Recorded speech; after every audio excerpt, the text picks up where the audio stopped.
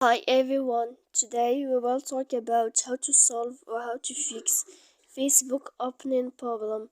To know how to fix or how to solve Facebook opening problem, you should just go to settings like this. We will click.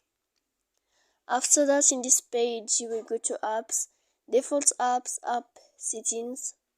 When you will see this list, you will go down to find the application of Facebook here and you will enter. Then in this page you will go to click force stop. When you will end this, you will enter to storage. After that, in this page you will go to click clear cache, and then you will go to click clear data, and after all that you can update your application. So please don't forget to support us by like and subscribe. See you next time in another video.